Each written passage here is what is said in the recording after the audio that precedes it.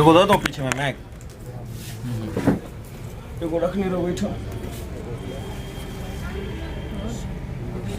सब आदमी कैंसर है, एगो बैठो रख देखो तो जाकर देखो आबि जाबे सर। चलो पेंसिल से करै छी ने डिस्कशन ला ये पेंसिल एकरा बंद कर दियौ ने, टिप केने त नथी भ जाय। पेंसिल एते वो कम छोट के आन ले, एकर टिप कहाँ छै? टिप हैया सर, टिप द दियौ ना खराब भ जाय। लो ई बड़का पेंसिल लाबू हम चल अच्छा रहो ओठम में हो जाए ना अथी कैप्चर हो जाता आवाज, सब आदमी जवाब देते हैं। Welcome friends, M Singh foundation YouTube channel पे आप लोग का स्वागत है। पब्लिक लाइब्रेरी आप लोग तो जानते होंगे यहाँ पर, तो मोहन जी और इनकी पूरी टीम लगातार बीएसएस सीजीएल के लिए प्रैक्टिस कर रही थी। पिछले 15 दिनों से ज़्यादा से ये कर रहे हैं। उसके बाद मैथ का यहाँ पर डिस्कशन भी हो जाता है। सामने हैं ये सिपाही जी हैं अभी इनका हाल ही में। सर अपना नाम बताइए। जितेंद्र कुमार। हाँ, तो पटना जिला के हैं और यहाँ पर इनका पोस्टिंग भी हुआ है, तो समय निकाल कर ये भी आते हैं और इनका भी है कि सपना हम आगे और बढ़ें। बाकी सब लोग हैं यहाँ पे। तो आज इन लोगों का काफ़ी रिक्वेस्ट था कि आप भी आइए, तो एक बार हम भी यहाँ पर आए हैं, डिस्कशन है और CGL 3 के लिए डिस्कशन हो रहा है, ठीक है ना। और इसका लाभ इन लोगों को काफ़ी मिलता है। हम देखते हैं कि ये 2 घंटा पकायदा बनाते हैं पहले सेट, फिर उसका मैथ का हो, रीजनिंग का हो, उसको डिस्कस करते हैं। उसके साथ साथ जितना GS होता है उसको डिस्कस करते हैं और मैथ और रीजनिंग के कुछ चैप्टर्स भी आप लोग सॉल्व करते हैं। हाँ, डेली ये मैथ रीजनिंग के चैप्टर्स भी सॉल्व करते हैं। They are dedicated only for BSSC CGL 3। आप लोग भी जहाँ पर भी इस तरह से कीजिएगा, काफ़ी फ़ायदा होगा। तो आज चलिए इन लोगों के साथ थोड़ा सा हम भी अपना हाथ बटाते हैं और GS के कुछ पोर्शंस को आज हम डिस्कस करेंगे। बैठे रहिए, आप लोग को भी कुछ ना कुछ यहाँ पर नॉलेज मिलेगा। तो ये सेट नंबर 1 है। चलिए देखिए, बिहार में प्रथम कांग्रेसी सरकार का गठन कब हुआ था? डेट सही बताइए। अब ये डेट सही थी पूछ रहा है। यहाँ पर 20 जुलाई 1937 को किया गया था। और पता है कि उस समय जो हुआ था वो उसके कौन थे? मोहम्मद यूनुस जी थे, ठीक है ना। और उस समय क्या बोला जाता था? प्रथम प्रधानमंत्री, यानी इन टर्म ऑफ ये बोला जाएगा कि बिहार के प्रथम प्रधानमंत्री कौन होंगे? तो मोहम्मद यूनुस होंगे। 1937 हम लोग को सबको पता है, लेकिन ये हो जाएगा 20 जुलाई 1937 हो जाएगा, ठीक है ना। और भारत शासन अधिनियम 1935 के अधीन 1937 ईस्वी में राज्यों का चुनाव हुआ, जिसमें कांग्रेस पार्टी ने 5 राज्यों में पूर्ण बहुमत प्राप्त किया था और जबकि 8 राज्यों में सरकार बनाई या उसमें शामिल हुआ। और ये सवाल आपको जो दरोगा वाला क्वेश्चन है उसमें पूछा भी गया था PT और मेंस में कि 17 में पूछा गया था कि कांग्रेस पार्टी ने कितने राज्यों में सरकार बनाई थी सर, आप लोग को याद होगा। चलिए, और कृष्ण सिंह सरकार ने हस्तक्षेप नहीं करने का लिखित आश्वासन प्राप्त करना चाहते थे। और जुलाई में मोहम्मद यूनुस ने त्याग पर देने के पश्चात श्री कृष्ण जी के नेतृत्व में बिहार में कांग्रेस की गठन हुआ था। देखिए, ये जो है ना, जुलाई में मोहम्मद यूनुस के त्याग पत्र देने के पश्चात श्री कृष्ण सिंह का हुआ है, यानी कि 20 जुलाई 1937 को शायद कृष्ण सिंह की बात की जा रही है। और उससे पहले आपको मोहम्मद यूनुस का होगा क्या? हाँ, उससे पहले मोहम्मद यूनुस का है। और 20 जुलाई में आपको पता है कि पहले श्री कृष्ण सिंह सरकार बनाने वाले थे, ठीक है ना। लेकिन यही जो है हस्तक्षेप वाली बात थी, उनको पूर्ण पावर नहीं मिल रहा था, इसलिए वो लोग नहीं बनाए थे। तो उसके एवज में मोहम्मद यूनुस आकर बनाए थे और उन्होंने फिर जब इस्तीफा दे दिया था तब 20 जुलाई 1937 को ये गठन होता है। 1935 के एक्ट के द्वारा राज्यों को अधिक स्वायत्ता प्रदान किया गया था। आइए, स्वतंत्र भारत के संविधान के अंतर्गत पहला आम चुनाव कब हुआ था बिहार में? 1952 में बिहार में होता है 1952 और भारत में 1951। अच्छा, और यदि पर्टिकुलरली बिहार की बात की जाएगा तो आप लोग बोलिएगा 1952 बोलिएगा, ठीक है ना। और फिर बोलिएगा कि 17 अप्रैल 1952 को सर्वप्रथम लोकसभा का गठन किया गया था। और भारत में संसदीय प्रणाली की शुरुआत जो होती है वो 1853 के चार्टर के अधीन 1854 ईस्वी में 6 सदस्यीय केंद्रीय विधायिका परिषद के गठन किया गया था, ठीक है ना। भारत में संसदीय प्रणाली में लोकसभा का प्रथम सत्र हो जाएगा 13 में 1952 से प्रारंभ हुआ था। और श्री GV मावलंकर लोकसभा के प्रथम अध्यक्ष थे और श्री अनंत सेनम अयंगर लोकसभा के प्रथम उपाध्यक्ष थे, ठीक है ना। 3 अप्रैल 1952 को राज्यसभा की गठन गई थी। राज्यसभा का गठन 3 अप्रैल 1952 होता है, ठीक है ना। और लोकसभा भी 1952 में हो जाएगा, ठीक है। लोकसभा का गठन कब हो जाएगा? 17 अप्रैल 1952। 17 अप्रैल 1952, यानी देख लीजिए, यानी कि 17 अप्रैल 1952 को लोकसभा का गठन, ठीक है ना। और 3 अप्रैल 1952 को राज्यसभा का, तो मतलब पहले राज्यसभा का गठन हो रहा है, ठीक है। पहले राज्यसभा का गठन हो रहा है, उच्च सदन है। और फिर उसके बाद लोकसभा का गठन हो रहा है, अप्रैल में हो रहा है। 17वीं लोकसभा का चुनाव 2019 में संपन्न हुआ है। हाउस ऑफ पीपुल्स का नाम बदल करके 1954 में लोकसभा कर दिया गया, ये भी इंपॉर्टेंट है। पहले आपको पता है कि हाउस ऑफ पीपुल्स था ये, फिर उसका नाम बदल करके इसका क्या कर दिया गया था, लोकसभा 1954 में कर दिया गया था। चलिए, बिहार में कुल कितने जिले हैं?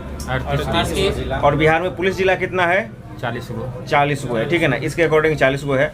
और भारत में कुल कितने जिले हैं? 739। सबसे अधिक जिला कहाँ पर है आपको? यूपी में 75 गो हो जाएगा, ठीक है ना, 75 गो जिला है। और यूपी में लोकसभा सीट कितना है? नहीं, लोकसभा 80 है, ठीक है ना, और 403 तो वहाँ पर कुल विधानसभा की सीट है, ठीक है। बिहार में कुल 9 प्रमंडल और बिहार का 38वां जिला अरवल है। बिहार का राजकीय पशु बोलिए? बैल। राजकीय पक्षी गौरैया। राजकीय पुष्प गेंदा। और राजकीय वृक्ष पीपल। और राजकीय चिन्ह क्या हो जाएगा? बोधि वृक्ष। ये बहुत इंपॉर्टेंट है, बिहार बीपीएससी के लिए भी इंपॉर्टेंट है। बिहार विधानसभा में सीटों की संख्या 243 और राज्यसभा में सीटों की संख्या 16, लोकसभा में 40 और विधान परिषदों की संख्या 75। चलिए, यहीं पर बताइए, लोकसभा में जो आरक्षित सीट है वो कितना है? 6 गो है, ठीक है ना। और यदि विधानसभा की बात कीजिएगा तो 38 + 2 याद रख लीजिएगा।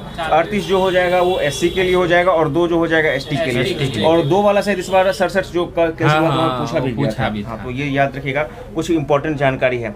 अच्छा, प्रथम ब्रिटिश, ठीक है ना, यात्री जो बिहार आया था कौन थे? प्रथम विश्व यात्री जो बिहार आया था रॉल्फ फिच। कौन हो जाएंगे? रॉल्फ फिच अकबर के समय में भारत आया था, ये भी इंपॉर्टेंट है, ठीक है ना। और सर टॉमस रो जहांगीर के दरबार में 1615 में आया था, ठीक है। और जहांगीर के दरबार में आने वाला प्रथम अंग्रेजी कैप्टन कौन था? हॉकिंस था, अप्रैल 1609 में आया था। कैप्टन हॉकिंस 1609 में आते हैं और सर टॉमस रो 1615 में आते हैं। और भारत में प्रथम अंग्रेज की फैक्ट्री सूरत में स्थापित किया गया सौराष्ट्र में, हालांकि वो असफल रहा था वो। और भारत में यूरोपीय शक्ति का आगमन का क्रम इस प्रकार है, पहले पुर्तगीज आते हैं, फिर डच आते हैं, तब अंग्रेज तीसरे क्रम पर आते हैं, फिर डेनिश और फ्रांसीसी। 1 2 3 4 5 मुख्य रूप से 5 लोग यहाँ पे आते हैं, ठीक है ना। आइए, महापाषाण काल इसको बोलते हैं मेगालिथिक्स। इसमें मृतकों के प्राग ऐतिहासिक स्मारक हैं। और महापाषाण संस्कृति का संबंध दक्षिण भारत से है, महापाषाण का, ठीक है ना। दक्षिण भारत में मृतकों को बड़े बड़े पत्थर से ढक दिया जाता था, ठीक है ना। डोलमैन, मेनिहार आदि मृतक के स्मारक को कहा जाता है। सिंधी भाषा में मोहनजोदड़ो का शाब्दिक अर्थ क्या है? मृतकों का टीला, ठीक है। और हड़प्पा, मोहनजोदड़ो, रोपर, लोथल एवं कालीबंगा सिंधु घाटी सभ्यता के प्रमुख स्थल थे। दिल्ली के सुल्तान फिरोज शाह तुगलक ने मेरठ और टोपरा में अशोक स्तंभ को दिल्ली हस्तांतरित करवाया था, ठीक है ना। ये फिरोज शाह तुगलक के समय में दिल्ली, टोपरा, दिल्ली, मेरठ, ठीक है ना। हरियाणा के अंबाला जिला में टोपरा नामक गाँव में अशोक का एक अभिलेख है जिसे फिरोज शाह ने दिल्ली लाया था। टोपरा जो कहाँ पर हो गया आपको? हरियाणा में, ठीक है ना। और मेरे ठीक है, हरियाणा के अंबाला जिले में, ठीक है ना। और इस स्तंभ पर अशोक ने 7 स्तंभ लेख उत्कीर्ण है। अशोक का दिल्ली मेरठ स्तंभ लेख को फिरोज शाह ने दिल्ली लाया था, फिरोज शाह तुगलक ने, ठीक है ना। और फिरोज शाह तुगलक 1391 से 1388 ने ब्राह्मणों पर जजिया कर भी लगाया था। और फिरोज शाह तुगलक ने तुष्टिकरण नीति अपनाया था, ये भी इंपॉर्टेंट है। फिरोज शाह तुगलक जो है तुष्टिकरण नीति अपनाता है। और फिरोज शाह तुगलक दिल्ली का प्रथम सुल्तान था जिसने राज्य के आय का ब्यौरा तैयार करवाया था। राज्य के आय का ब्यौरा जो है, आय व्यय एक तरह से होता है ना, कितना आया हुआ, तो फिरोज शाह तुगलक। आइए, चंपारण आंदोलन कब होता है? इसमें बताइए। 1970। अमृतसर की घटना 1919। अमृतसर घट, ये जलियांवाला बाग की बात की जा रही है ना। हाँ, ठीक है। मोपला विद्रोह 1921 और चौड़ा चौड़ी 1922। चंपारण आंदोलन गांधी जी द्वारा बिहार के चंपारण में अप्रैल 1917 में चलाया गया था। अमृतसर घटना, इसे जलियांवाला बाग ना जानते हैं, यह 13 अप्रैल 1919 को होता है। और केरल में वो तभी से लाइट नहीं था, परेशान थे। चलिए, और ये केरल में जो होता है आपको मोपला विद्रोह, केरल में आपका मोपला विद्रोह हो जाता है, ठीक है ना। कब होता है? 1921 में। सब लोग जवाब दिए। केरल में कब होता है? 1921 में होता है, ठीक है ना। और चौड़ा चौड़ी घटना जो होता है 5 फरवरी 1922 को होता है। और गांधी जी जो है कब इसको वापस ले लेते हैं? 1924 में। नहीं, 12 फरवरी 11 या 12 फरवरी 1922। 12 फरवरी होगा, 12 या 11 फरवरी, कभी कभी यहाँ पर रहता है। इस बार यूपीएससी में भी शायद पूछा था, वो सिर्फ फरवरी पूछा गया था, याद देख रहे इसका। जैन धर्म श्वेतांबर और दिगंबर में चंद्रगुप्त मौर्य के समय में विभाजित हुआ था। जैन धर्म की बात कीजिए, देखिए हम लोग तो अक्सर बौद्ध धर्म के बारे में पूछते हैं कि महायान, हीनयान या फिर आस्थावीर और संघवीर में कब विभाजित हुआ था, लेकिन यहाँ पे बात की जा रही है जैन धर्म श्वेतांबर और दिगंबर में कब बजा चंद्रगुप्त मौर्य में? आपको पता है ना, वो जो थे हाँ। अकाल पड़ा था, वहाँ पे चले गए थे 312 आरंभ लगभग। ईसा पूर्व में, ठीक है ना। 312। जय, यहाँ पर लिखा भी है, जैन धर्म स्थूल भद्र के नेतृत्व में श्वेतांबर और भद्रबाहु के नेतृत्व में दिगंबर साम्राज्य में बन गया था। तो स्थूल भद्र जो थे वो बिहार में ही रहकर रहे थे और भद्रबाहु चले गए थे उधर गुजरात की तरफ, ठीक है ना। कर्नाटक के चले गए थे क्या? कर्नाटक। प्रथम जैन संगति पाटलिपुत्र में आयोजित किया था जिसमें जैन साहित्य का संकलन किया गया था, ठीक है ना। और भद्रबाहु ने कल्पसूत्र नाम की रचना की थी। भद्रबाहु ने कल्पसूत्र, जिसे जैन धर्म का पवित्र ग्रंथ माना जाता है। प्रसिद्ध रेशम मार्ग पर किस वंश का अधिकार था? कुषाण का। रेशम का जन्मभूमि कहाँ पर है? चीन में। चीन के निर्यात होने वाली रेशम मार्ग पर कुषाण का अधिकार होने के कारण इन्हें काफी आर्थिक लाभ हुआ था। कनिष्क कुषाण वंश का महानतम शासक था और कनिष्क ने चीन के सेनापति पांचाओ से युद्ध किया था। इसमें शायद कनिष्क की हार हो गई थी क्या? पांचाओ से युद्ध करके कनिष्क की हार। हाँ, पांचाओ से युद्ध किया था जिसमें कनिष्क की हार हो गई थी। आइए, हाँ, 10वां क्वेश्चन क्या है कि 10वां क्वेश्चन है आपको, बिहार बजट 2021 में बिहार को कहाँ पर खेल विश्वविद्यालय स्थापना की घोषणा की गई? बताइए, बहुत फेमस क्वेश्चन है। खेल विश्वविद्यालय कहाँ पर स्थापित की जाएगा बिहार में? राजगीर। और एक चीज़ और याद रख लीजिएगा, खेल विश्वविद्यालय के जो कुलाधिपति होंगे वो मुख्यमंत्री जी होंगे, ठीक है ना। नॉर्मली होते हैं राज्यपाल होते हैं, लेकिन खेल विश्वविद्यालय की कंडीशन में ये हो जाएंगे। अच्छा, यहाँ मुंबईयन नामक पद शैली के जन्मदाता कौन है? बाबर। और बाबर की आत्मकथा कौन है? तुर्की भाषा में यूपीएससी बहुत बार। बाबर का जन्म कहाँ पर हुआ था? फरगना में हुआ था। 14 फरवरी 1483 को हुआ था, ठीक है ना। बाबर ने तुझके बाबरी पुस्तक लिखी जिसमें भारत के बारे में भी लिखा गया था। भारत के मुगल राज का संस्थापक बाबर का वास्तविक नाम क्या था? जहीरुद्दीन मोहम्मद था, ठीक है ना। और बाबर ने भारत में पहला अभियान कब किया था? 1915 में। 1519 में हेरा और बाजोर के यूसुफ जाय जनजाति के विरुद्ध किया गया था। बाबर का मतलब पहला आक्रमण का है 1519 यूसुफ जाय के विरुद्ध में, ठीक है। कन्हेरी गुफाएं महाराष्ट्र में मुंबई शहर का एक पर्यटन स्थल है। कन्हेरी गुफाएं महाराष्ट्र के मुंबई शहर में। कन्हेरी गुफा मुंबई में। अच्छा, और अजंता और एलोरा जो है वो कहाँ पर है? किस जिला? महाराष्ट्र, औरंगाबाद जिला में। और एलिफेस्टन कहाँ पर हो जाएगा? फिर मुंबई में हो जाएगा। तो एलिफेस्टन और कन्हेरी दोनों आपको आ रहा है मुंबई में आ रहा है, ठीक है ना। मुंबई शहर दिया गया है यहाँ पे, तो याद रखिएगा। कन्हेरी गुफाएं महाराष्ट्र मुंबई शहर का एक पर्यटन स्थल है जहाँ सॉलसेट गुफा, आपको पता है ना, सॉलसेट द्वीप पर मुंबई बसा हुआ है, में 11 सिरों के बोधिसत्व का अंकन मिलता है। कन्हेरी सॉलसेट द्वीप पर अवस्थित है, तो ऑब्वियसली मुंबई हो गया कन्हेरी। और बेसाल्ट चट्टानों से बना हुआ है, बौद्ध धर्म के संबंध गुफाएं हैं। कार्ले का चैत्य भारत में सबसे बड़ा चैत्य है। कार्ले कहाँ पर है? कार्ले हो गया मध्य आंध्र प्रदेश। नहीं, कार्ले कहाँ पर है? महाराष्ट्र में। महाराष्ट्र में, ठीक है। प्राचीन अभिलेखों में कान्हा सेल कृष्णगिरी या कान्हागिरी के नाम के से उल्लेखित कन्हेरी बौद्धों का प्रमुख केंद्र है, ठीक है ना। सरदेशमुखी का वसूली कौन करते थे? शिवाजी करते थे। क्यों करते थे? क्योंकि वे महाराष्ट्र के पुश्तैनी सरदेशमुखी थे। सरदेशमुखी राजस्व का कौन सा भाग वसूलता था? 1/10, ठीक है ना। और शिवाजी मराठा राज्य के संस्थापक थे। पेशवा बालाजी विश्वनाथ मराठा राज्य के द्वितीय संस्थापक थे, दूसरे साहब पेशवा बालाजी विश्वनाथ, ठीक है ना। और बालाजी प्रथम तो वो दूसरे हो गए जो बालाजी मस्तानी, ठीक है ना, बाजीराव मस्तानी। लेकिन ये पेशवा बालाजी विश्वनाथ को मराठा साम्राज्य का द्वितीय संस्थापक और प्रथम संस्थापक शिवाजी जी, ठीक है ना। बाजीराव प्रथम सबसे महान पेशवा था, इसी की मैं बात कर रहा था, जिसके साथ मस्तानी के साथ अफेयर वगैरह था। और बाजीराव 2 अंतिम पेशवा शासक हुआ था, ठीक है ना। मराठों एवं अहमद शाह अब्दाली के मध्य लड़े गए पानीपत के तृतीय युद्ध में पेशवा कौन थे? बाजीराव। नादिर शाह ईरान का क्या कहलाता है? नेपोलियन कहलाता है। नादिर शाह ने मोहम्मद शाह के शासनकाल में आक्रमण भारत पर कब किया था? 1739 में किया था, चलिए, ठीक है। और नादिर शाह के सेनापति अहमद शाह अब्दाली ने अफगानिस्तान में अलग राज्य स्थापित किया था। अच्छा, ये नादिर शाह का ही था वो अहमद शाह अब्दाली, ठीक है ना, जिसके साथ तृतीय युद्ध होता है, ठीक है ना। और नादिर शाह का आक्रमण होता है 1739 में। अहमद शाह अब्दाली 1748-1768 के बीच में भारत पर 8 बार आक्रमण करता है। अहमद शाह अब्दाली, अहमद 8 याद रखिएगा, ठीक है। अहमद शाह अब्दाली ने मराठा को पराजित किया था 14 जनवरी 1761। बताइए कौन सा युद्ध होता है? पानीपत का 14 जनवरी 1761, ठीक है ना। कृष्णा नदी पर श्रीशैलम बांध आंध्र प्रदेश में स्थित है। चलिए, कृष्णा नदी महाराष्ट्र के महाबलेश्वर से निकलती है, महाराष्ट्र, कर्नाटक, तेलंगाना, आंध्र प्रदेश में बहती हुई है, बंगाल की खाड़ी में मिल जाती है। इसकी कुल लंबाई 1401 किलोमीटर है। मतलब कृष्णा नदी क्या वो रास्ते से गुजरती है, देख लीजिए, 1 2 3 4 रास्ते बहती, ठीक है ना। और इस पर कुछ प्रमुख जो हैं इसके हैं कोयना, तुंगभद्रा, भीमा इसकी प्रमुख सहायक नदी हैं। कोयना तुंगभद्रा भीमा कृष्णा की। भाषा के आधार पर सर्वप्रथम अक्टूबर 1953 में आंध्र प्रदेश का गठन हुआ था।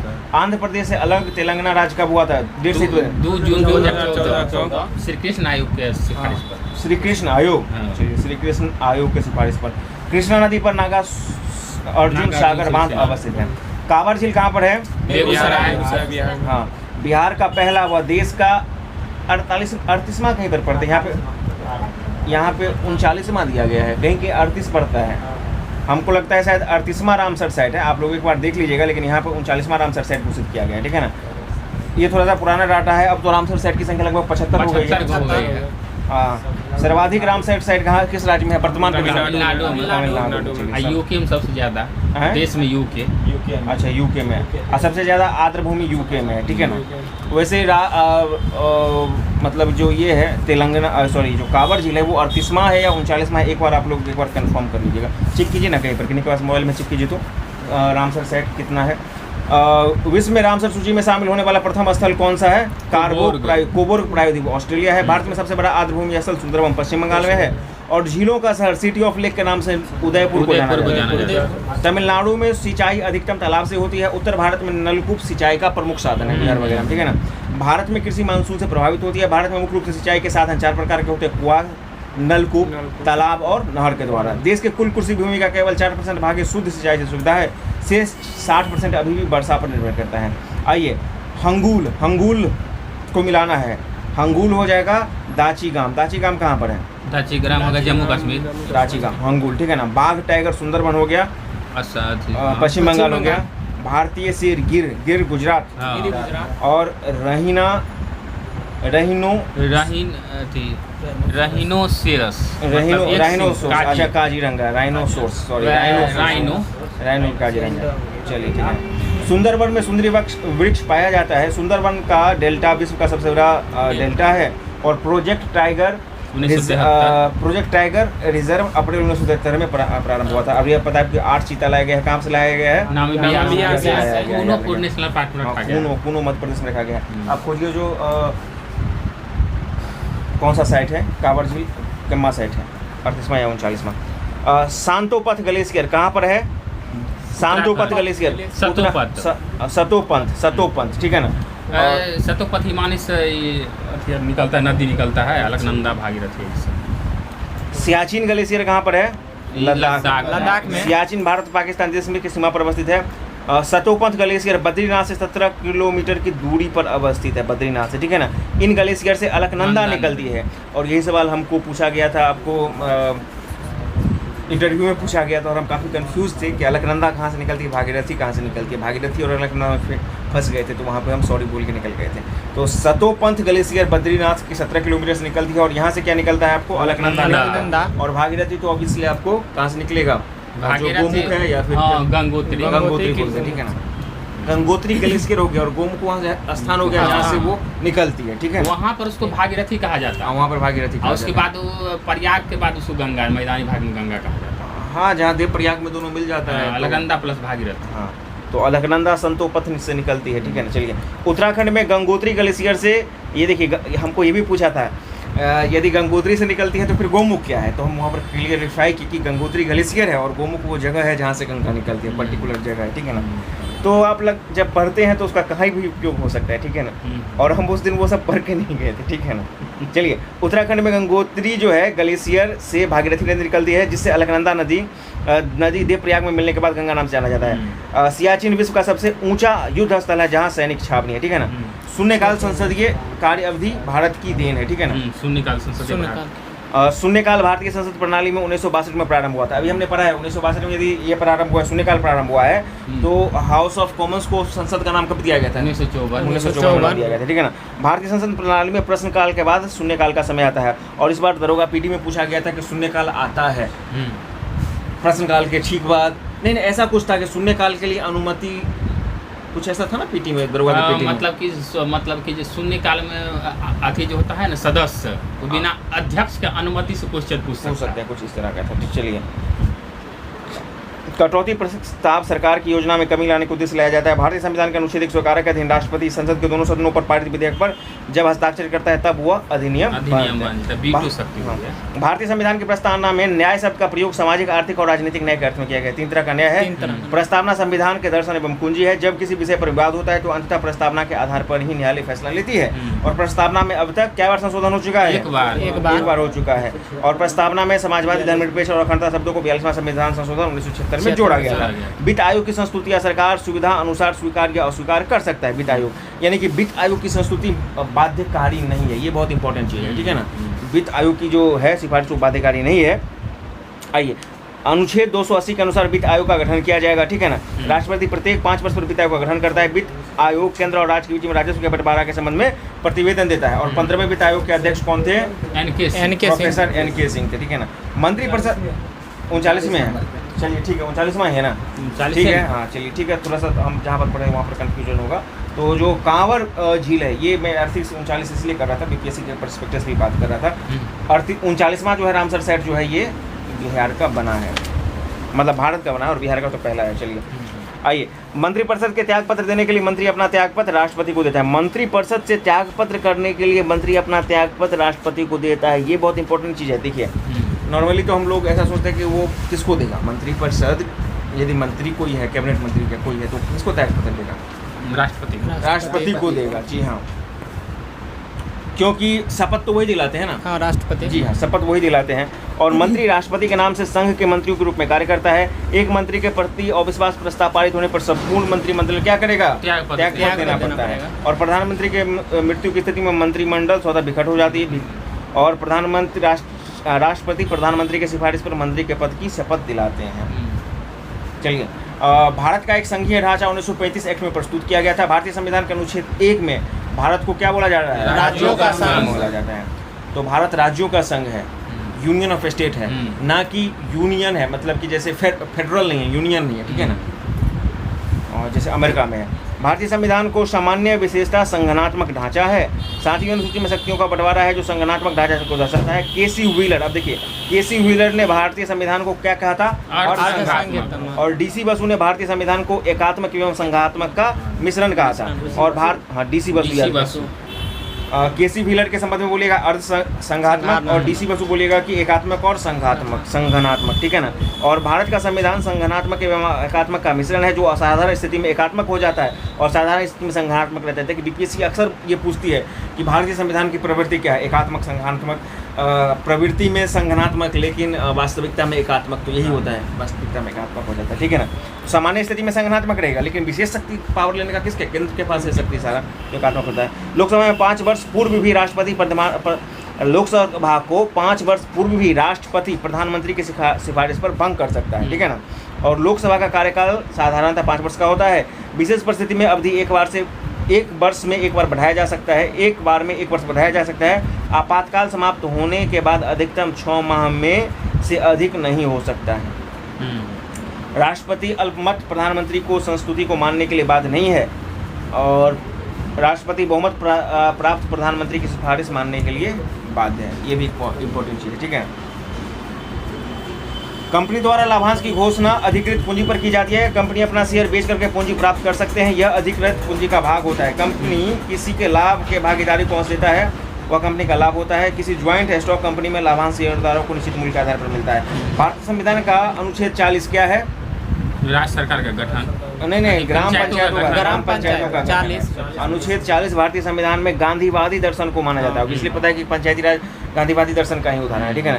नीति निषेधता जो भारतीय संविधान के भाग किसमें है? 36 से भाग 4 हुआ, 36 से अनुच्छेद। और संविधान के भाग 4 लोक कल्याणकारी राज्य की स्थापना पर निर्धारित है। भारतीय संविधान के कुछ प्रमुख अनुच्छेद है। अनुच्छेद 1 क्या बोलता है? भारत राज्यों का संघ है। संघ का नाम और राज्य क्षेत्र बोलता है, उसी में बोलता है भारत राज्यों का संघ, उसके सब में। 14 क्या बोलता है? विधि के समक्ष समानता। 17 बोलता है अस्पृश्यता का। 20 क्या बोलता है? अपराधों के संबंध में। हाँ, अपराधों के लिए दोष सिद्धि के संरक्षण के संबंध में, ठीक है ना। प्राण एवं दैहिक स्वतंत्रता 21 का क्या बोलता है? 6 से 14 वर्ष निःशुल्क एवं अनिवार्य शिक्षा का अधिकार। और 32 क्या बोलता है? संवैधानिक उपचारों का अधिकार। एक मार्का केंद्र सरकार द्वारा प्रायोजित योजना है जो कृषि एक मार्का, ठीक है ना। जो कृषि उत्पादन अधिनियम 1937 के अंतर्गत कृषि और संबंध उत्पादों की ग्रेडिंग और मानकीकरण को प्रोत्साहित करता है। इको मार्क, देखिए एग मार्क हो गया आपको कृषि से संबंधित, इको मार्क हो गया कोई उत्पाद पर्यावरण से किसी प्रकार हानि पहुंचाने वाला है या नहीं, यह प्रमाणित करता है, इको मार्क हो गया। और भारतीय मानक ब्यूरो वस्तुओं की गुणवत्ता प्रमाणन के लिए स्थापित एक राष्ट्रीय मानक संस्था है। भारतीय मानक ब्यूरो का मुख्यालय कहाँ पर है? नई दिल्ली। और नागपुर में क्या है, सड़क वाला का है क्या? नागपुर में है पर्यावरण संरक्षण कुछ है। अच्छा, एक मार्क शुद्ध रूप से खाद्य पदार्थ से जुड़ा हुआ प्रमाण पत्र चिन्ह है जो वस्तुओं की शुद्धता को सुनिश्चित करता है। जारवा जनजाति कहाँ पर है? जारवा हो गया अंडमान निकोबार, एक प्रमुख जनजाति है जो भारत का सर्वाधिक आर्द्र जनजाति है में से है, ठीक है, में है। यह जनजाति दक्षिण और मध्य अंडमान द्वीप के पश्चिमी तटों पर पाई जाती है। इनमें संरक्षण के लिए सरकार द्वारा जारवा संरक्षित क्षेत्र का निर्माण किया गया है जो वर्तमान में 1028 किलोमीटर में विस्तृत है। भील भारत का दूसरा सबसे बड़ी जनजाति है और गोंड भारत की दूसरी सबसे, भील भारत की सबसे बड़ी जनजाति है, इंपॉर्टेंट याद रखिएगा। भील जो है भारत की सबसे बड़ी जनजाति है, वो कई राज्यों में पाया जाता है, राजस्थान में भी पाया जाता है, कुछ हिस्सा का गुजरात में भी पाया जाता है और भी जगह मध्य प्रदेश में पाया जाता है कि वो सबसे बड़ी जनजाति हो जाएगी। और गोंड भारत की दूसरी सबसे बड़ी जनजाति है। गोंड मुख्यतः तमिलनाडु में पाया जाता है क्या? अच्छा चलिए, गोंड कहाँ पर? गोंड मध्य प्रदेश में, गोंड भी मध्य प्रदेश में। तमिलनाडु में कौन सा है? टोडा तमिलनाडु में, टोडा जो है तमिलनाडु में और गोंड दूसरी सबसे बड़ी जनजाति है, ठीक है ना। आइए 30 का क्वेश्चन है हमारे पास कि हाँ, किस राज्य में भारत ने अपनी तरह से पहले और एशिया का सबसे बड़ा वैज्ञानिक पक्षी एटलस को लॉन्च किया है? बहुत फेमस है, केरल में। चलिए, ये बहुत फेमस है। राष्ट्रपति के निर्वाचन में लोकसभा के गैर निर्वाचित सदस्य भाग नहीं लेते हैं। राष्ट्रपति के निर्वाचन में लोकसभा के गैर निर्वाचित सदस्य मतलब मनोनीत वाला नहीं लेते। अब वैसे 2 लोकसभा में मनोनीत ही होता है जो आंग्ल भारतीय समुदाय को, तो उसके बारे में बताया जाए कि वो आप इसको भाग नहीं लेंगे, ठीक है ना, ये ना है इसका मतलब। भारतीय संविधान के अनुच्छेद 54 के निर्वाचक मंडल की चर्चा है जिसमें लोकसभा, राज्यसभा और विधानमंडलों के निर्वाचित सदस्य भाग लेते हैं, मनोनीत सदस्य नहीं।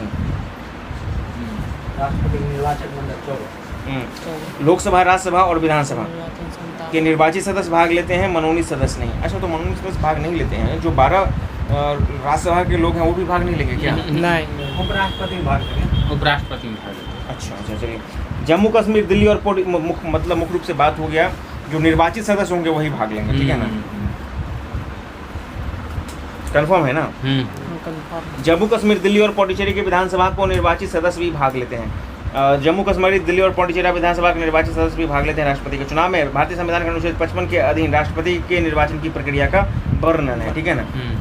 आधारभूत और उपभोक्ता वर्गीकरण कच्ची सामग्री के आधार पर किया जाता है। आधारभूत और उपभोक्ता वर्गीकरण लौह, इस्पात, कोयला, सीमेंट, बिजली आदि आधारभूत उद्योग के अंतर्गत आता है, जिसको हम लोग सेक्टर 2 भी कहते हैं, 4th सेक्टर कहते हैं, ठीक है ना। और संपूर्ण अर्थव्यवस्था को 3 भागों में बांटा जाता है। प्राथमिक क्षेत्र कृषि, पशुपालन, वन, खाद्य मत्स्य हो जाएगा, खान मत्स्य पालन हो जाएगा। द्वितीय क्षेत्र यानी विनिर्माण हो जाएगा और तृतीय क्षेत्र सेवा क्षेत्र होगा, ठीक है ना।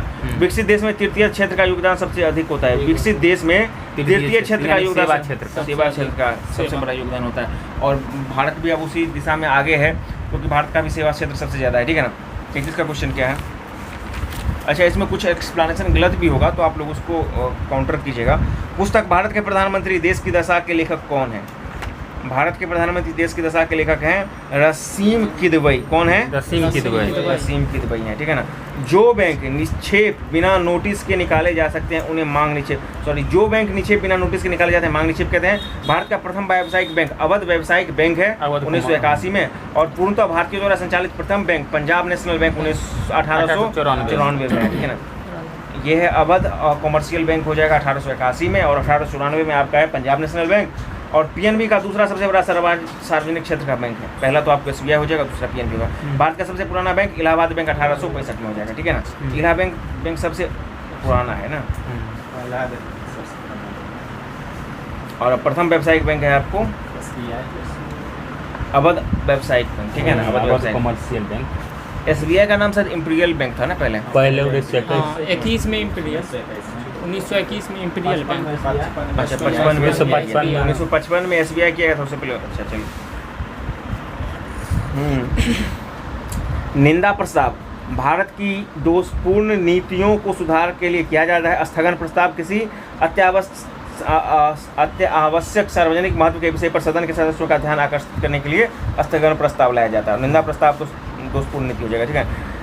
दृश्य निर्यात और दृश्य आयात में अंतर को व्यापार शेष कहते हैं। प्राचीन काल में व्यापार भारत के पक्ष में था और अंग्रेज शासन के काल के दौर में बना रहा प्रारंभिक चरण में। वर्तमान में व्यापार भारत के प्रतिकूल है, मतलब व्यापार घाटा ज़्यादा रहता है, भारत को एक्सपोर्ट के बदले में इंपोर्ट ज़्यादा करता है। पेट्रोलियम पदार्थ के आयात का व्यापक के भारत के पक्ष में नहीं है, इसके भारत के विपरीत है। भारत का सबसे बड़ा व्यापारिक पार्टनर 2020 और 2021 में चीन था, जबकि 2022 के जो रिपोर्ट है उसके अनुसार कौन हो गया है अभी हाल क्या? यूएसए हो गया, यूएसए हो गया, याद रखिएगा, ठीक है ना। और भारत सबसे अधिक व्यापार यूएसए के साथ करता है 2021 की रिपोर्ट में, देखिए ये भी आ गया है।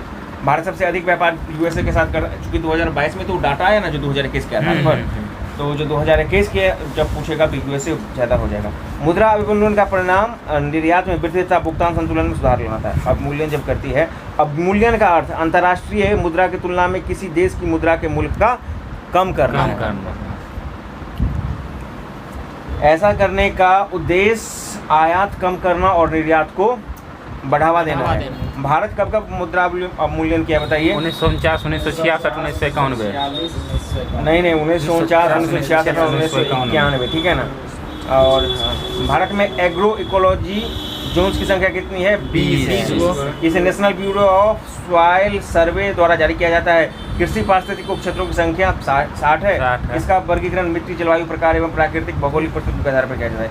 कृषि पारिस्थितिक उपक्षेत्र की संख्या 60, जबकि एग्रो इकोलॉजिक जोन्स 20 को है भारत में, ठीक है ना। इकोलॉजी परिस्थिति के अध्ययन का विषय है। पोडोलॉजी के अंतर्गत मृदा का अध्ययन। और चलिए, भारत में सर्वाधिक पाए जाने वाली मिट्टी कौन सा है? जलोढ़ मिट्टी। तिब्बत के पठार की औसत ऊंचाई समुद्र तल से 5 किलोमीटर है। तिब्बत स्थित पामीर के पठार विश्व का छठ कहा जाता है, जबकि चीन के अधीन एक स्वायत्त क्षेत्र है। कौन? तिब्बत। तिब्बत का पठार हिमालय पर्वत श्रृंखला से लेकर के उत्तर तकलामकान रेगिस्तान तक विस्तृत है। तिब्बत पठार का वातावरण शुष्क स्टेपी है और तिब्बत पठार का क्षेत्रफल 25 लाख वर्ग किलोमीटर है। अजंता पर्वत श्रेणी केवल एक ही राज्य में फैला है, अजंता एलोरा। ये सवाल भी आपको काफ़ी इंपॉर्टेंट एक बार पूछा जा चुका है। अजंता पर्वत श्रेणी एक ही राज्य में फैला है, कहाँ पर होगा ये? केरल, महाराष्ट्र में हो जाएगा, ठीक है ना। अजंता पर्वत पश्चिमी भारत में अवस्थित है और अजंता पर्वत श्रेणी महाराष्ट्र में अवस्थित है। भारत में के पश्चिमी तट पर स्थित पर्वत श्रृंखला को पश्चिमी घाट या सह्याद्री कहा जाता है। और पश्चिमी घाट की सबसे ऊंची चोटी कौन सी है? पश्चिमी घाट कौन चीज यदि कालसूबाई नहीं होगा, ये गलती है ना, अनाईमुद्दीन नहीं होगा, ये कुद्रेमुख घाट की सबसे ऊंची चोटी कुद्रेमुख होगा। और पूर्वी घाट को हम लोग कोरोमंडल कहते हैं। चलिए, सवाल है आपका कि पद्म भूषण सम्मान प्राप्त करने वाले भारत के पहले पैरा एथलीट्स कौन बने हैं? अभी देवेंद्र झझड़िया, जेवलिन थ्रो। बहुत इंपॉर्टेंट क्वेश्चन है, ठीक है ना, इसी बार इसको दिया गया है, ठीक है ना, देवेंद्र झझड़िया। अगला आ जाते हैं कि कौन सा क्वेश्चन था? 41। अच्छा, हाँ 42 होगा। भारतीय उपमहाद्वीप का ग्रीष्म ऋतु में उच्च ताप और निम्न भारतीय उपमहाद्वीप पर ग्रीष्म ऋतु में उच्च ताप और निम्न दाब हिंद महासागर से वायु का कर्षण करते हैं, जिसके कारण दक्षिण पश्चिमी मानसून प्रभावित होता है। और मई जून में गर्म हवा को लू कहते हैं उत्तर भारत में, और भारत में वर्षा मुख्यतः दक्षिण पश्चिम मानसून से होती है। भारत में मानसून अरब सागर से प्रथम प्रवेश करती है, लौटती मानसून से उत्तर पूर्व मानसून कहते हैं, जिससे तमिलनाडु में सर्वाधिक वर्षा होती है। उत्तर पश्चिम और पश्चिमी भारत कपास का अधिक मात्रा में उत्पादन करता है, उत्तर पश्चिम और पश्चिम भारत, ठीक है ना। गुजरात और महाराष्ट्र भारत में कपास के मुख्य उत्पादक राज्य हैं। और कपास की खेती किस मिट्टी में होती है? काली मिट्टी। और उत्तर प्रदेश में सबसे अधिक गन्ना उत्पादन होता है। इस बार का भी रिकॉर्ड है कि यूपी में सबसे सर्वाधिक गन्ना उत्पादन हुआ है, जबकि चीनी उत्पादन आपको महाराष्ट्र में ज़्यादा, महाराष्ट्र में चीनी, ध्यान रखिएगा। और चीनी का अधिकतम मिल महाराष्ट्र में स्थित है, ये भी देख लीजिए, यहाँ पर है। कपास का जन्मभूमि भारत को ही माना जाता है, ये भी इंपॉर्टेंट है। कानपुर उत्तर भारत का मैनचेस्टर का है। अलमाटी बांध कहाँ पर है? कृष्णा नदी पर। अलमाटी बांध परियोजना उत्तरी कर्नाटक कृष्णा नदी पर स्थित है। यह परियोजना 2005 में बनकर तैयार हुई थी। हीराकुंड कहाँ पर है? किस नदी पर? महानदी पर। और हनुमान बैराज कहाँ पर है? कोसी नदी। ये भी आया है, हनुमान बैराज कोसी नदी पर है, ठीक है ना। त्रिवेणी नहर कहाँ पर है? गंडक नदी पर। कोसी नदी को बिहार का शोक कहा जाता है। कोसी नदी अपने मार्ग बदलने के लिए कुख्यात है। भारत की प्रमुख बांध नदी और सूची टिहरी बांध कहाँ पर है? भागीरथी नदी पार टिहरी बांध आपको भागीरथी नदी कहाँ पर है? उत्तराखंड में।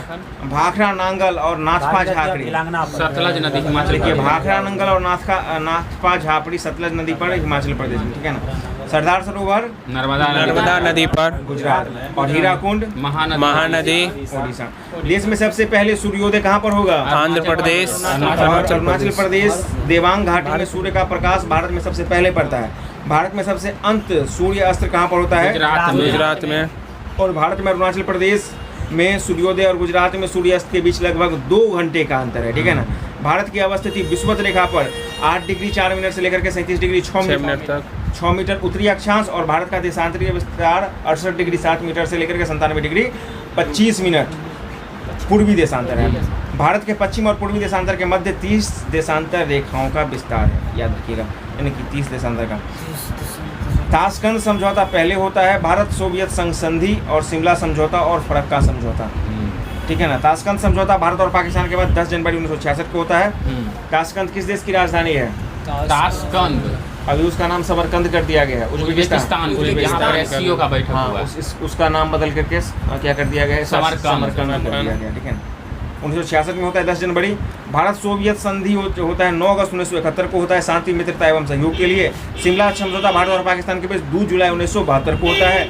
और फरक्का समझौता भारत बांग्लादेश के मध्य अंतिम रूप से 1975 में अंतरिम रूप से 12 दिसंबर 1996 में हुआ था। कौन? फरक्का समझौता, फरक्का डैम जो है। पूछा हुआ था कि शिमला समझौता कब हुआ था? 2 जुलाई 1972। अच्छा, 2 जुलाई 1972 को शिमला समझौता होता है।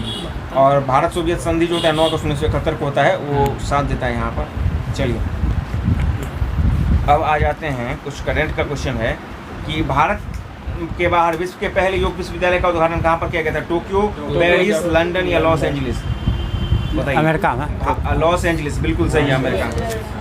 47 का दिया। हम लोग पढ़ते थे ना, भारत के बाहर विश्व का पहला योग विश्वविद्यालय कहाँ उत्पादन किया? Los Angeles, America. विश्व खाद्य पुरस्कार 2000 के किस भारतीय को समझते हैं? हरक सिंह। डॉक्टर शकुंतला हरक सिंह थियल सेठ। और इस बार जो नासा की कोई वैज्ञानिक है, सिंथिक करके कुछ है, उसको देख लीजिएगा, ठीक है ना। एक महिला है पर्यावरण वैज्ञानिक, ठीक है। आइए 49 बोला, निम्नलिखित में से किस राज्य में मार्च 2023 तक सभी घरों में नल कलेक्शन देने की योजना बनाई गई है? उत्तराखंड, हिमाचल प्रदेश, असम या अरुणाचल प्रदेश? देख लीजिए। भारत में किस राज्य में मार्च 2023 तक सभी घरों में नल से कनेक्शन देने की योजना बनाई गई है? बताइए कोई एक आदमी। अरुणाचल प्रदेश। क्या? 49 का आंसर है। अरे क्या बात है, अरुणाचल प्रदेश। अरुणाचल प्रदेश जो है मार्च 2023 तक सभी घरों में नल से कनेक्शन देने की योजना में है। हाल ही में नासा द्वारा जारी किए गए 10 नए अंतरिक्ष यात्री की सूची में किस भारतीय को शामिल किया गया है? श्रीसा बांदला, कैलाश नायक, के शिवन या अलिन मेनन? नासा द्वारा है तो दूसरा होगा, श्रीसा बांदला। 10 नए अंतरिक्ष यात्री की सूची में किस भारतीय को शामिल किया गया है? 50 का डी है आपको, अनिल मेनन है। कौन है? अनिल मेनन को शामिल किया गया है। निम्न अभिक्रिया में विस्थापन अभिक्रिया कौन है? देख सकते हैं कि CuSO4 है, FeCO है, CuSO4 और कॉपर। तो पहला वाला हो जाएगा 51 का ए हो जाएगा। देखिए ना, कॉपर सल्फेट जब आयरन के साथ अभिक्रिया करती है तो आयरन ज़्यादा एक्टिव है ना, रेडियो, तो आयरन जो है कॉपर को विस्थापित कर देता है। ये विस्थापन प्रक्रिया है, ठीक है ना। विस्थापन अभिक्रिया में क्रियाशील धातु कम क्रियाशील धातु को विस्थापित कर खुद जुड़ जाती है। जैसे कि जिंक सल्फेट और 2HCl का है तो जिंक क्लोराइड बन जाएगा और H2S बाहर निकलता है। डबल विस्थापन अभिक्रिया होता है यहाँ पे, ठीक है ना। जिंक सल्फाइड और HCl के बाद द्विविस्थापन अभिक्रिया में आयनों का विस्थापन होता है। देखिए, द्विविस्थापन में आयनों का विस्थापन होता है, ठीक है ना। और उदासीनीकरण अभिक्रिया क्या होता है? जब अम्ल एवं क्षार आपस में, ठीक है ना, तो लवण बनता है, ठीक है, लवण और जल बनता है, ठीक है ना। CaCO3 को जब हम लोग गर्म करते हैं CaO बनता है और CO2 बनता है, इसको हम लोग अपघटन अभिक्रिया करते हैं। CaCO3 क्या हो गया? Calcium carbonate. और CaO क्या हो गया? बुझा चुना या क्या? बुझा चुना। और CO2 अच्छा, यही सवाल, एक मिनट, यही सवाल तो आपको इस बार 2213 के में पूछा गया था शायद, इसी से क्या था कुछ सवाल, याद कीजिए, कुछ इस तरह का सवाल था। CaO कली चूना, अब बुझा, और CaOH का होल टू बुझा चुना और CaO कली चुना, ठीक है ना। चलिए, चावल की खेती के लिए 100 सेंटीमीटर से अधिक वर्षा और 25 डिग्री सी ताप आदर्श जलवायु माना जाता है। चावल गर्म जलवायु प्रदेश की मुख्य फसल है जो मुख्यतः दक्षिण पूर्व एशिया और चीन जैसे देशों में होता है। अंतर्राष्ट्रीय चावल अनुसंधान केंद्र कहाँ पर है? मनीला यानी कि फिलीपींस में हो जाएगा, ठीक है ना। केंद्रीय चावल अनुसंधान केंद्र कटक में है। उड़ीसा में चावल की खेती के लिए उच्च तापमान और अधिक जल की आवश्यकता होती है। 100 सेंटीमीटर वर्षा और आप समझ लिए 25 डिग्री से। प्राणियों और पादपों की जातियों की अधिकतम विविधता उष्णकटिबंधीय आर्द्र वनों में मिलती है। उष्णकटिबंधीय क्षेत्र उच्चतम तापमान होता है और भारी मात्रा में वर्षा भी होती है, इस कारण विविधता अधिक पाई जाती है। उष्णकटिबंधीय सदाबहार वन भूमध्य रेखा के पास पाए जाते हैं। इन वनों में रोजवुड, आबनूस, महोगनी आदि वृक्ष पाए जाते हैं। देखिए पूर्वी अफ्रीका में क्या पाया जाता है? सवाना। कंपोज कहाँ पर पाया जाता है? ब्राजील में। ये सब उष्णकटिबंधीय, अभी जो मैं बोल रहा हूँ उष्णकटिबंधीय। पूर्वी अफ्रीका में सवाना पाया जाएगा, नॉर्मली अफ्रीका में सवाना बोलते हैं। ब्राजील में कंपोज पाया जाएगा और वेनेजुएला में लानोज पाया जाएगा, ठीक है ना। और देखिए शीतोष्ण कटिबंधीय जो हो जाएगा, अर्जेंटीना में पेम्पॉस, उत्तरी अमेरिका में प्रेयरी, दक्षिणी अफ्रीका में वेल्ड, और डाउन्स कहाँ पर हो जाएगा? ऑस्ट्रेलिया में, और मध्य एशिया में स्टेपी हो जाएगा, ठीक है ना। ये सब हो गया आपको शीतोष्ण हो गया, ठीक है ना। और उष्ण में हो जाएगा Llanos, Campos savanna, Llanos Venezuela, Campos Brazil और सवाना पूर्वी अफ्रीका में, ठीक है। इसमें कैसी दिक्कत नहीं होनी चाहिए, ठीक है। भारी मशीनों में स्नेहक के रूप में किसका प्रयोग किया जाता है? ग्रेफाइट का। और ग्रेफाइट जो है कौन सा होता है? षष्ठ फलकीय संरचना में होती है, ठीक है ना। फल के साथ षष्ठ फलकीय 6 यानी कि हेक्सागोनल ना।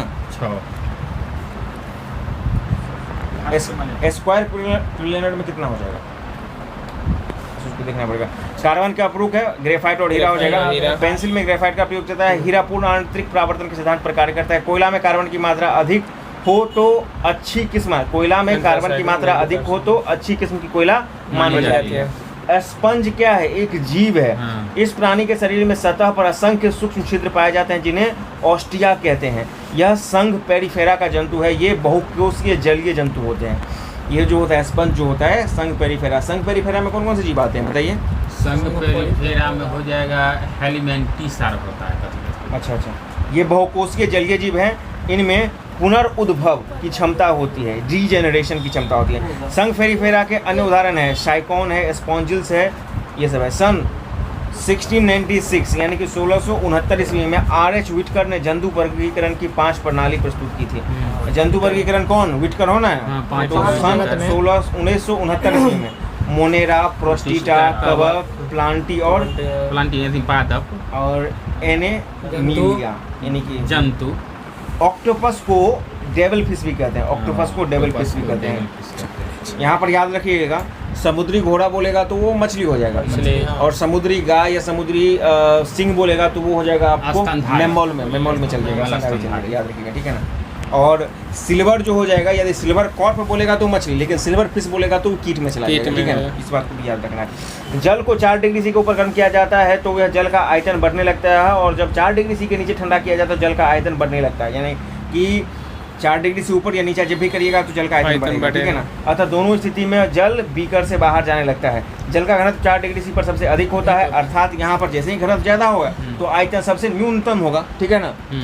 और इसका एक फॉर्मूला होता है ना, हाँ घनत्व यही तो हो रहा है, डेंसिटी D बराबर m/v, ठीक है ना। D बराबर m/v, मास बटा वॉल्यूम। D डेंसिटी हो गया, तो यहाँ पर 4 डिग्री सी पर जो होगा आपको आयतन सबसे कम और बाकी सबसे ज़्यादा होगा, ठीक है ना। इसका kg/m³ होगा। 0 डिग्री से अधिक तापमान जल का आयतन घटता है, 4 डिग्री से पर आयतन न्यूनतम रहता है, 4 डिग्री से अधिक तापमान आयतन बढ़ता है, ठीक है ना। भूमंडलीय तापन का मुख्य कारण क्या है? Carbon dioxide. CO2 गैस वृद्धि से उष्मा को वायुमंडल में जाने से रोकता है। CO2 गैस वृद्धि की उष्मा को वायुमंडल में जाने से रोकता है। CO2 गैस को ठोस रूप में शुष्क बर्फ भी कहते हैं। ठोस रूप में बर्फ, शुष्क बर्फ किसको कहते हैं? CO2 को। देखिए CO2 गैस के ठोस रूप को हम लोग शुष्क बर्फ कहते हैं, ठीक है ना, ड्राई एसिड को कहते हैं। और CO2 गैस के कारण ही मुख्यतः ग्रीन हाउस वायुमंडल में बन जाता है जो वैश्विक तापमान में वृद्धि करता है। ग्रीन हाउस गैस में मुख्यतः कौन कौन से होते हैं? बीपीएससी का बहुत ही फेवरेट क्वेश्चन होता है, बताइए। मीथेन होता है, कार्बन डाइऑक्साइड है, मीथेन है, नाइट्रस ऑक्साइड है, ओजोन है, और क्लोरोफ्लोरोकार्बन है, CFC है, ठीक है ना। जलवाष्प भी आ जाता है। तो मुख्य रूप से ये सब हो जाएगा। ग्रीन हाउस गैस उत्सर्जन मुख्यतः जीवाश्म ईंधनों के दहन, उद्योग, मोटर वाहन, धान के खेतों, पशुओं और चराई, रेफ्रिजरेटर से होता है, ठीक है ना। चूंकि मीथेन है तो धान के खेत से निकलेगा ही। वैश्विक तापमान को संभावित परिणाम निम्न हो सकता है: ग्लेशियर का पिघलना, समुद्र के जल स्तर में वृद्धि, ठीक है ना, वर्षा, प्राकृतिक परिवर्तन इत्यादि, प्रवाल भित्ति का विनाश। ध्वनि को आंखों के रूप में प्रयोग करने वाली प्राणी कौन है? चमगादड़। चमगादड़ है ना। चमगादड़ जो सुनता है प्रासर्व ध्वनि, अंग्रेजी में इसको क्या बोलते हैं? अल्ट्रासोनिक, अल्ट्रावेव। अच्छा, प्रासर्व तरंगों को उत्सर्जित करता है चमगादड़, यानी कि 20,000 हर्ट्ज से ऊपर तरंगों को प्रासर्व तरंग कहा जाता है, ठीक है ना। मनुष्य का कान इसे नहीं सुन सकता है, कुछ जानवर जैसे कुत्ता, बिल्ली, चमगादड़ आदि से सुन सकते हैं। प्रासर्व तरंगों का उपयोग संकेत भेजने, समुद्र की गहराई नापने, चिमनी साफ करने में किया जाता है। चमगादड़ 20,000 हर्ट्ज से अधिक की ध्वनि को सुन सकता है। उसका प्रयोग वे वस्तु स्थान का पता लगाने के लिए, अभी ना मतलब ध्वनि का उपयोग देखने के लिए क्या होता है, ठीक है ना। अब श्रव्य तरंग, नहीं अब हाँ 20 हर्ट्ज से कम अब श्रव्य, जिसको आप सुन ही नहीं सकते हैं, ठीक है ना। लैंप की बत्ती में तेल ऊपर किस कारण के जाता है? केशिका के कारण चलता है। केश नली में द्रव की ऊंचाई केश नली की त्रिज्या पर का व्युत्क्रमानुपात होता है। केश नली के द्रव की ऊंचाई केश नली की त्रिज्या के व्युत्क्रमानुपाती होता है, ठीक है ना। अर्थात H जो हो जाएगा रेसिप्रोकल टू 1/r हो जाएगा, ठीक है ना। यह जूरिन्स का नियम है। केश नली के संबंध में एक और इम्पोर्टेंट समझिए, जूरिन्स का नियम किसके संबंध में? केश नली के संबंध में। जब इसका ऊंचाई होगा वो त्रिज्या के व्युत्क्रमानुपाती होगा। वर्षा के बाद किसान खेतों की जुताई क्यों कर देते हैं? ताकि मिट्टी टूट जाए। और ब्लॉटिंग पेपर भी सहायक को शीघ्र सोख लेता है किस तत्व के कारण? वर्षा का बूंद गोल पृष्ठ तनाव के कारण, गोल जो होता है पृष्ठ का कारण होता है। राइबोसोम की संरचना 40 से 60% प्रोटीन और 60 से 40% RNA में होता है, ठीक है ना। राइबोसोम्स की रचना 40 से 60% प्रोटीन में और 60 से 40% RNA में होता है। तो RNA में जो होता है राइबोसोम्स की, ठीक है ना, ज़्यादा होता है। राइबोसोम्स को प्रोटीन उत्पादक की फैक्ट्री कहा जाता है। यह एक झिल्ली विहीन कोशिकांग होता है जो सभी कोशिकाओं में पाया जाता है, ठीक है ना।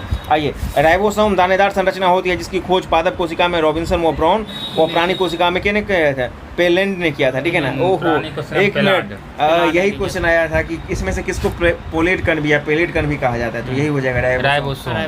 कल वाला आप टेस्ट नहीं दिए, उसमें ये था। इनमें से किसको पेलेट कण कहा जाता है? तो राइबोसोम्स को पेलेट्स कहा जाता है क्योंकि इसकी खोज जो किए थे पेलेंट्स ने किया था, ठीक है ना। और किसमें किया था? प्राणी में किया था। जबकि जंतु में किसने किया था? रॉबिन्सन एवं ब्राउन ने किया था। रासायनिक रूप से राइबोसोम्स दो भाग में होते हैं, प्रोटीन एवं RNA। अभी आप लोग सुनिएगा, जितने भी कोविड वैक्सीन है उसमें से RNA वेस्ट कोविड वैक्सीन ज़्यादा बनाए जा रहे हैं, ठीक है ना। प्रोटीन्स संरचनात्मक व एंजाइमेटिक दोनों प्रकार के होते हैं। RNA पॉलीन्यूक्लियाइड है। इसको पढ़िए, रिफेम्सिन यक्ष्मा के रोगियों के लिए प्रभावकारी औषधि है। रिफेम्सिन बीपीएससी भी इस तरह का उठपटा सवाल पूछती है। यक्ष्मा यानी कि टीबी हो गया क्या? रोगियों के लिए एथेन्यूक्लिड, आइसोनियाज़िड, पायरासीमाइड, स्ट्रेप्टोमाइसिन, मोक्सीफ्लोक्सिन आदि महत्वपूर्ण दवाएं हैं। बीपीएससी या फिर उसके पैटर्न को बहुत सारा आयोग बिहार में अपनाती है। कुछ दवा का आपको नाम दे देगी और पूछेगी कि ये किस किस में आपको उपयोग होगा, ठीक है ना। तो वही सब है। आइए, नारकोटिक्स क्या हो गया? चिंता और तनाव कम करता है। एग्जाम्पल हेरोइन और पैथाडीन। हेरोइन का जो नारकोटिक्स विभाग जो रेट डालती है। एंटासिड पेट की अम्लता को दूर करता है, जैसे baking soda, milk of magnesium, तो गैस बन जाता है। और एंटीसेप्टिक का काम क्या होता है? घाव, काटने स्थानों, फोड़े और रोग से त्वचा को ठीक करता है। एग्जाम्पल सफ्रामाइसिन, फ्यूरासिन और डिटॉल, सफ्रामाइसिन, ये सब एंटीसेप्टिक हो जाएगा, सफ्रामाइसिन वगैरह, ठीक है। बराबर पूछता है कि डिटॉल क्या है? तो एंटीसेप्टिक है। हाँ, बहुत इंपॉर्टेंट चीज़ है। सफ्रामाइसिन, फ्यूरासिन, ठीक है ना। एनाल्जेसिक क्या होगा? एनाल्जेसिक दर्द निवारक दवा। एनाल्जेसिक दर्द क्या होगा? बुखार का होगा ना। एंटीपायरेटिक एनाल्जेसिक दर्द निवारक होती है, देख लेना पड़ेगा। अच्छा, एनाल्जेसिक, हाँ। और एंटीपायरेटिक हो गया बुखार का। एंटीपायरेटिक बुखार का होगा, एनाल्जेसिक एंटीसेप्टिक डिटॉल्स हो गया। वायुमंडल में प्रकाश के विसरण का कारण क्या है? धूलकण है। और आइए, जब प्रकाश का किरण मार्ग में पड़े धूलकण या जल बूंदों के कारण चारों तरफ बिखर जाता है तो इसे प्रकाश का प्रकीर्णन या बिखराव कहता है, ठीक है ना। प्रकाश एक वर्ष में तय की गई दूरी को प्रकाश वर्ष कहता है। एक प्रकाश वर्ष बराबर कितना मीटर होता है? 9.4 मीटर। और ये से 64 या 63 यूपीएससी में पूछा भी था, ठीक है ना। किलोमीटर में हो जाएगा 12 किलोमीटर। हाँ, एक प्रकाश वर्ष बराबर 9.4 × 10⁻15 मीटर और एक पारसेक बराबर 3.26 प्रकाश वर्ष, ये भी याद रखिएगा। या इसको 3.08 × 10⁻16 मीटर, 3.08 × 10⁻16 मीटर हो जाएगा, या 3.26 प्रकाश वर्ष हो जाएगा। और एक प्रकाश वर्ष 9.4 × 10⁻ मीटर, ठीक है ना। वायुमंडल में धूलकण भारी मात्रा में पाया जाता है। अधिक धूलकण के कारण ही वायुमंडल धुंधला दिखलाई पड़ता है। प्रकाश के फाइबर पूर्ण आंतरिक प्रवाह ऑप्टिकल जो होता है ना फाइबर पूर्ण आंतरिक प्रवाह करता है। आर्द्रता के बढ़ने पर वायु में ध्वनि का वेग कम हो जाता है। यह कथन गलत है। आर्द्रता के बढ़ने पर वायु में ध्वनि का वेग कम हो जाता है, ये गलत है। बढ़ जाएगा ना, आर्द्रता जैसे ही बनेगा तो वेग बढ़ जाएगा। और आर्द्र वायु में ध्वनि का वेग बढ़ जाता है, ठीक है ना। आर्द्र वायु जैसे नम वायु, ठीक है ना, उसको मीडियम ज़्यादा मिल जाता है, ठीक है ना, सही बात है। और जब आपका ज़्यादा गर्म होगा यानी कि शुष्क वायुमंडल हो जाएगा तो वहाँ पे ध्वनि का वेग कम हो जाएगा, ठीक है ना। आर्द्रता के बढ़ने से वायु का घनत्व घट जाता है, जिससे वायु की ध्वनि में वृद्धि होती है। घनत्व घटेगा, ठीक है ना, और गति में वृद्धि हो जाएगी। तापमान बढ़ने पर वायु गर्म होकर के हल्की होकर ऊपर उठती है, ऐसी दिशा में ध्वनि का वेग बढ़ जाएगा, ठीक है ना, ठीक है। कोई पदार्थ गर्म करने पर फैलती है, जिसके कारण घनत्व कम हो जाता है, गर्म करने पर कम हो जाता है, ठीक है ना।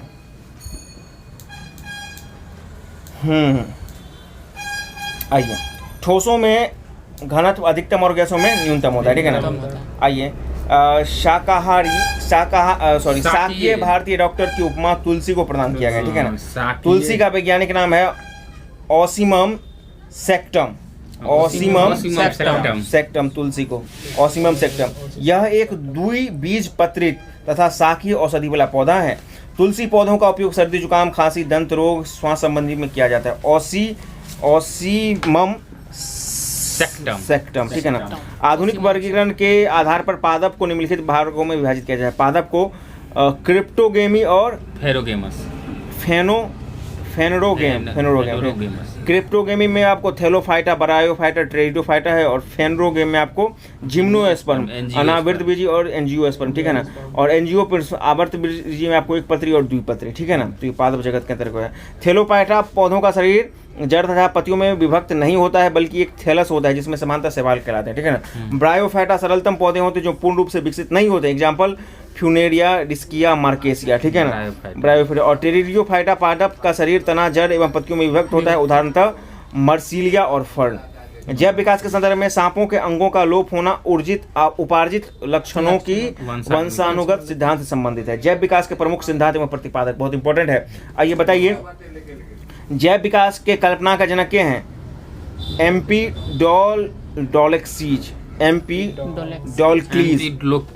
एम्पीडोक्लीज।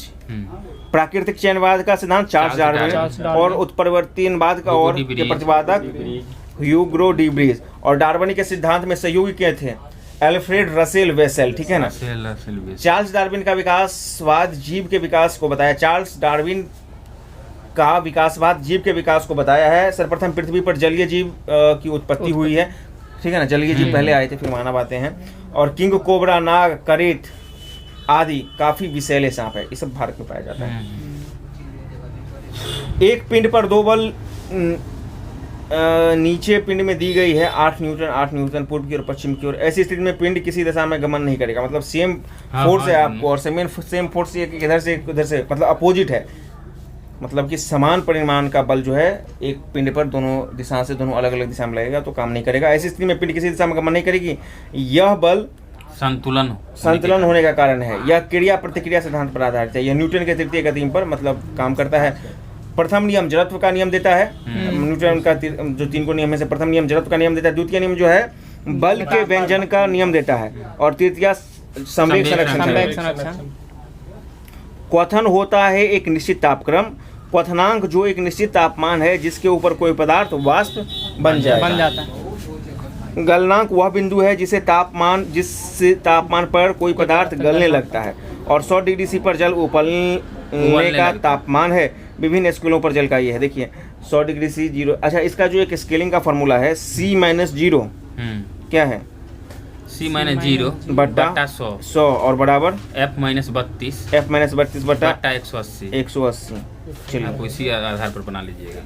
सोडियम का परमाणु संख्या बोलिए तो 11, और इसका मास नंबर 22। एक बीटा कण उत्सर्जित होने के बाद बनने वाला पदार्थ क्या होगा? सोडियम से। यदि एक बीटा कण को हम उत्सर्जित कर देंगे तो क्या बनेगा? मैग्नीशियम बनेगा, ठीक है ना।